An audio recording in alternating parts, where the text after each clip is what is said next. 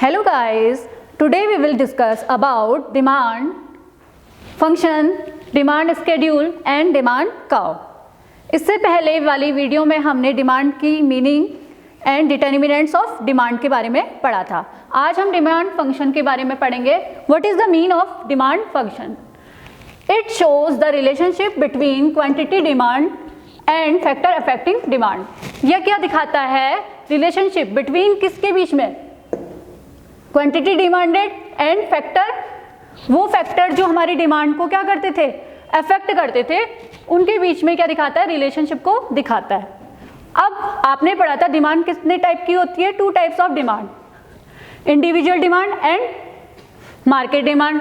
तो demand function भी हमारे 2 तरीके के होते हैं।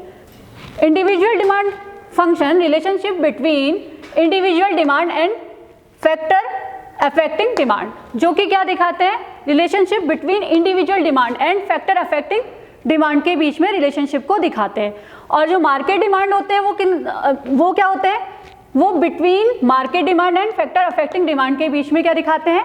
रिलेशनशिप को, हमारे रिलेशनशिप को बताते हैं। और ये जो दोनों चीजें हैं वो डिमांड फंक्शन के ही अंदर आती हैं। ओके, अगर आपको डिमांड फंक्शन को एक्सप्रेस करना होगा शॉर्ट फॉर्म में, तो आप लिखोगे demand for x equal function. कौन कौन से फंक्शन थे जो हमारे डिमांड को अफेक्ट करते थे? पहला प्राइस, गिवन कमोडिटी, एंड दूसरा था रिलेटेड गुड्स का price, price R, and Y को हम क्या, इनकम को वाई से डिनोट करते हैं, तो Y means income, taste and expectation. Expectation mean future में होने वाले प्राइस में चेंज के बारे में। ओके, अब आते हैं हम मार्केट डिमांड के फॉर्मूले में। तो डिमांड फॉर एक्स फिर से is equal to function p x, given commodity का price, p r related good का price, y income, taste, expectation, season and weather, composition of population and distribution of income. ये जो सारे factor हमारी जो demand को क्या करते थे? अफेक्ट करते थे। तो अगर आपको इनको डिटेल में एक्सप्रेस करना होगा तो आप लिख सकते हो P x given commodity, P r related goods price. तो ऐसे आप इसको डिफाइन कर सकते हो। ओके, अब हम इसमें पढ़ेंगे डिमांड स्केड्यूल के बारे में। डिमांड स्केड्यूल इट मीन्स हम जो हम प्रेजेंटेशन करते थे 3 फॉर्म में करते थे, टेक्सचुअल, टेबुलर एंड ग्राफिकल। तो टेक्सचुअल में तो हमने इसके बारे में पढ़ लिया, बुक की नॉलेज में तो हमने पढ़ लिया, इनकी मीनिंग पढ़ी, इनके फंक्शन पढ़े। अब स्केड्यूल्स में हम क्या करेंगे? हम इसको number, it means tabular form में पढ़ेंगे। It is tabular statement showing various quantities of commodities being demanded at various level of price during a given period of time. ये कह रहे हैं कि ये क्या दिखाता है, ये क्या शो करता है? वेरियस क्वांटिटी ऑफ कमोडिटी, किसी भी कमोडिटी की क्या कितनी वेरियस क्वांटिटी को दिखाता है जो कि डिमांड की गई है at various level of price, मतलब डिफरेंट लेवल, प्राइस लेवल पर, during a given period of time, एक पर्टिकुलर टाइम पीरियड पर। Okay, clear? अब डिमांड स्केड्यूल भी, स्केड्यूल जो होते हैं वो भी 2 टाइप्स के होते हैं हमारे, individual demand schedule and market demand schedule. ठीक है, अब यहाँ पे मैंने टेबल बनाई है आपकी, ये है आपकी इंडिविजुअल डिमांड स्केड्यूल की टेबल। पी प्राइस, प्राइस किस में लिखा जाता है? इन रुपीस में। ओके, और क्वांटिटी, क्वांटिटी होती है आपकी इन यूनिट्स। ओके, अब क्या है कि जो प्राइस है, जो टेबल बनी है आपकी, इधर आपके नंबर ऑफ प्राइस हैं, ये 1, 2, 3, 4 एंड 5। अब आप देख रहे होगे पहले प्राइस क्या था? 1 था, फिर क्या हुआ? फिर बड़ा 2 हुआ, फिर 3 हुआ, फिर 4 हुआ, फिर 5 हुआ। ठीक है, अब जो क्वांटिटी डिमांडेड है, क्वांटिटी क्या होगी? कोई भी रेशनल कंज्यूमर क्या होगा? जब कोई चीज़ क्या होती है आपकी इंक्रीज होती है प्राइस में, अगर आप प्राइस आपके बढ़ रहे होते हैं तो क्या करता है? वो क्या करता है? उसकी क्वांटिटी को कम लेना शुरू कर देता है। जब प्राइस कम होते हैं तो उसकी क्वांटिटी को क्या कर देता है? बढ़ा देता है। तो देखिए नंबर, जब प्राइस 1 था तो कस्टमर ने क्या किया? 5 क्वांटिटीज ली, कमोडिटी की कितनी क्वांटिटीज ली? 5। लेकिन जैसे ही उसका प्राइस बढ़ा, उसने उसकी उस कमोडिटी की क्वांटिटीज को क्या कर दिया? डिक्रीज कर दिया। ओके, अब जैसे 5 से वो किस में आ गया, 4 में। जब 3 प्राइस हुआ तो वो 3 में उसने फिर 4 से 1 कम कर दिया, वो किस में आया, 3 में।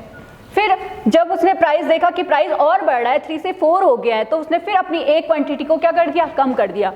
और जब जो प्राइस था आपका जो था 5 हो गया, तो उसने अपनी क्वांटिटी को कितना कर दिया, 1। तो आप देख रहे होंगे कि एक रेशनल कंज्यूमर क्या करता है, जैसे जैसे दाम बढ़ते रहे तो उसने अपनी क्वांटिटी को या उसको परचेस करना क्या कर दिया, कम कर दिया, डिमांड उसकी कम कर दी। तो ये तो था आपका इंडिविजुअल डिमांड स्केड्यूल।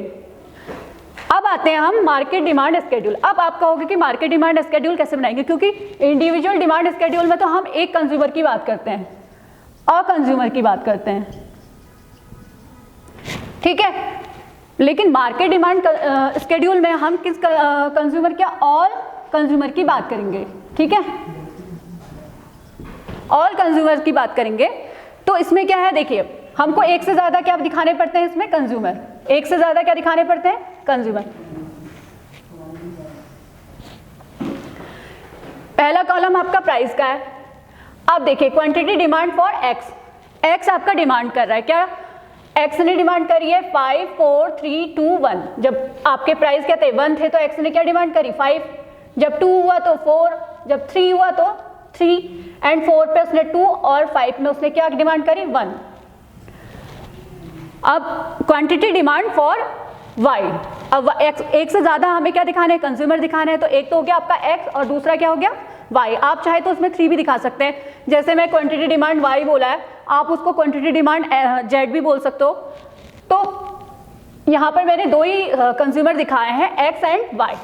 तो अब इसने क्या क्वांटिटी ली, इसने 1 जब प्राइस था तो इसने 6 क्वांटिटी ली, 2 था तो 5 ली, एंड 3 में इसने 4 ली, और 4 में 3, 5 में 2। ओके, ये तो आपका यहाँ तक की टेबल तैयार हो गई। अब हम बढ़ते हैं market demand, market demand column पे। मार्केट डिमांड कॉलम ये है कि अब इन दोनों का जो टोटल है, हम ऐसा तो नहीं करेंगे जब हम डिमांड स्केड्यूल दिखाएंगे तो हम ये देखेंगे ना कि 1 कमोडिटी की कितनी डिमांड आई है। तो हम क्या करेंगे, एक्स एंड वाई जो कंज्यूमर है उनकी जो डिमांड है उनको हम क्या कर देंगे, ऐड कर देंगे।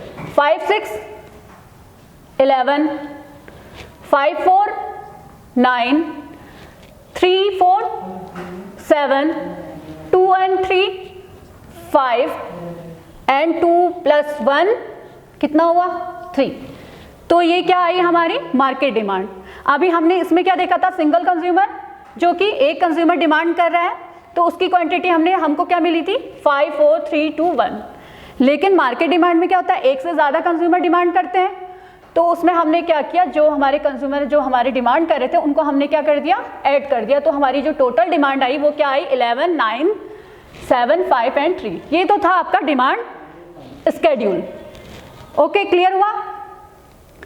अब जहाँ पर डिमांड का स्केड्यूल बना है वहाँ डिमांड का कर्व बनना तो ज़रूरी है।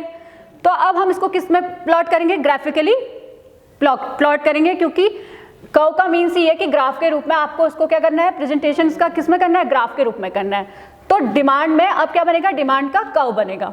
ये रहा आपका इंडिविजुअल डिमांड कर्व, ठीक है। इंडिविजुअल डिमांड कर्व हम इस टेबल को ये के अकॉर्डिंगली बनाएंगे। ये मैंने बना के रखा हुआ है, इसमें देख रहे होगे आप, पहले से मैंने इसमें बनाया है। ये है आपकी वाई एक्सेस एंड ये है आपकी एक्स एक्सेस, ये ओरिजिन। अब देखिए इंडिविजुअल डिमांड में क्या हुआ, कर्व में जब उसने 1 कमोडिटी नहीं 1 प्राइस में कितनी कमोडिटी ली, इसने 5 कमोडिटी की 5 क्वांटिटीज उसने परचेस करी। तो आपका कर्व बना 1 में उसने क्या करी, 5।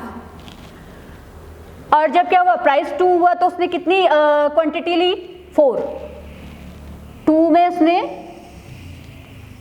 4 क्वांटिटी के लिए डिमांड करी, और 3 में 3, 3 में 3, 4 में 2 एंड 5 में 1। यहाँ पे क्वांटिटी डिमांड लिखी हुई है, जो भी डिमांड करी हुई क्वांटिटी, और यहाँ पर क्या है आपका प्राइस, नंबर ऑफ प्राइस। ये क्या है, नंबर ऑफ प्राइस। अब जो एक ग्राफ बना, आपके जो ये जो पॉइंट आते हैं, आप क्या करते हो, इनको आप इनको मिला देते हो, तभी तो ग्राफ बनता है। तो ये आपने मिला दिए। मेरी कुछ सीधी लाइन नहीं हो रही है, आप इसका ध्यान रखना। ओके, तो ये आपकी क्या बनी, डिमांड